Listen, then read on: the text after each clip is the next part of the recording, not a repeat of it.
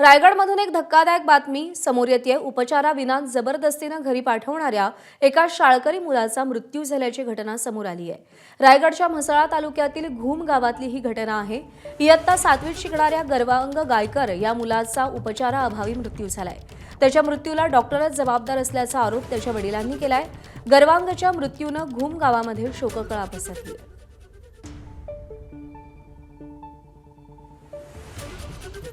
अजिबात काहीच नाही, म्हणजे हातच नाही लावलं त्याला अक्षरशः वगैरे।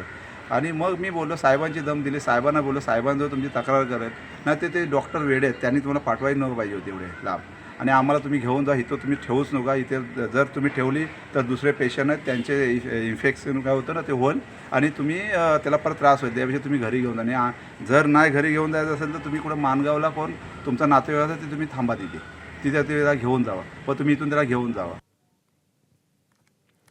दरम्यान या म्हसाळा ग्रामीण रुग्णालयाचे वैद्यकीय अधिकारी डॉक्टर प्रफुल्ल पावसेकर यांनी काय प्रतिक्रिया दिली आहे तीही पाहूया। 14 वर्षाचा मुलगा रात्री 11:30 वाजता आपल्या RH म्हसाळ्याला आलेला।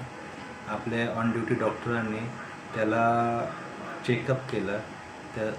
त्याला हायग्रेड फीवर होता, ताप जास्त होता, इरिलेव्हंट टॉक म्हणजे काही पण बोलत होता आणि डिसओरिएंटेड होता, म्हणून आपण त्याला IV पॅरासिटामॉल लावलेला आणि पेशंटचा ताप कमी केला।